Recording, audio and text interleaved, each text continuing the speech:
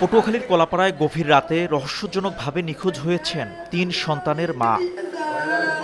Police জানায়, ঈদ উপলক্ষে মঙ্গলবার রাতে আখি আক্তার ও আলমগীর দম্পতির বাড়িতে অনুষ্ঠান ছিল। বাড়ি ভর্তি আত্মীয় স্বজন থাকায় 2 ছেলেকে নিয়ে স্বামী আলমগীর তার বড় ভাইয়ের ঘরে ঘুমাতে যান, আর আখি ও তার ননদ নাসিমা বেগম একসঙ্গে নিজের কক্ষে ঘুমান।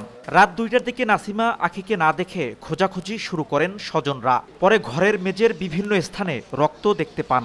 পরিবারের সন্দেহ আখিকে হত্যা করা হয়েছে। প্রকৃত ঘটনা উদ্ঘাটন সহ আখির সন্ধান ও ঘটনায় জড়িতদের বিচারের দাবি স্বজনদের।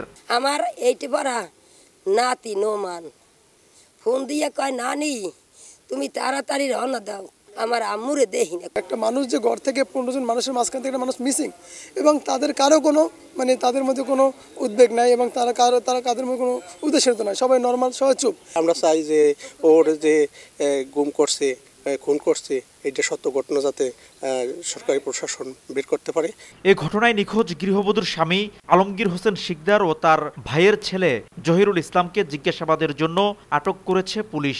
ভিকটিম রিকভারি এবং জড়িতদের যাতে দ্রুত উদ্ধার করতে পারে সে লক্ষ্যে কাজ করতেছে, বাট বিভিন্ন বিষয় আছে যে বিষয়গুলো আমরা এখন বলতে পারবো না, বাট তদন্ত আমাদের চলতেছে, আমরা আশাবাদী।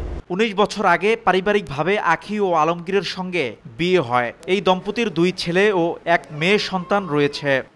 শিকদার জাবির হোসেন, সময় সংবাদ, পটুয়াখালী।